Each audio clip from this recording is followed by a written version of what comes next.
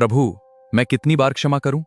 मैं तुमसे 7 बार तक नहीं बल्कि 7 गुना 70 बार तक कहता हूं, क्योंकि यदि तुम दूसरों के अपराध क्षमा करोगे तो तुम्हारा स्वर्गीय पिता भी तुम्हें क्षमा करेगा। इस कारण स्वर्ग का राज्य उस राजा के समान है जिसने अपने दासों से लेखा लेना चाहा। जब राजा हिसाब लेने लगा तो एक सेवक उसके सामने लाया गया। उस पर बहुत बड़ा कर्ज था जिसे वह कभी चुका नहीं सकता था। सेवक के पास कर्ज चुकाने के लिए कुछ भी नहीं था।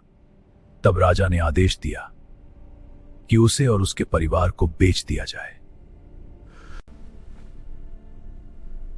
हे स्वामी, मुझ पर दया कीजिए, मैं सब कुछ चुका दूंगा। राजा का हृदय दया से भर गया। उसने सेवक को मुक्त कर दिया और उसका पूरा कर्ज माफ कर दिया। राजा से क्षमा पाने के बाद वह सेवक बाहर गया। वहां उसे एक दूसरा सेवक मिला जिस पर उसका थोड़ा सा कर्ज था। उस सेवक ने अपने साथी को पकड़ लिया। वह क्रोध में चिल्लाया, जो कुछ तुझ पर निकलता है अभी चुका दे। कृपया धैर्य रखो, मैं तुम्हारा कर्ज चुका दूंगा।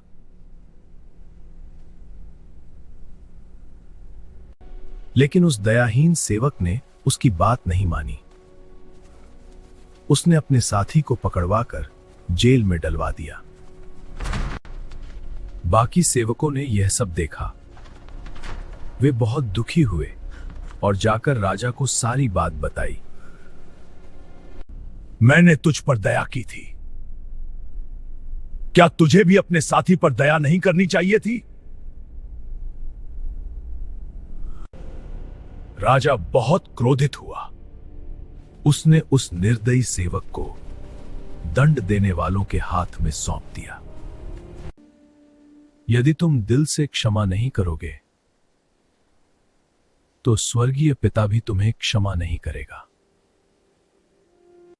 यीशु की यह शिक्षा हमें सिखाती है कि हमें दूसरों को दिल से क्षमा करना चाहिए, क्योंकि परमेश्वर ने भी हमारे पापों को क्षमा किया है।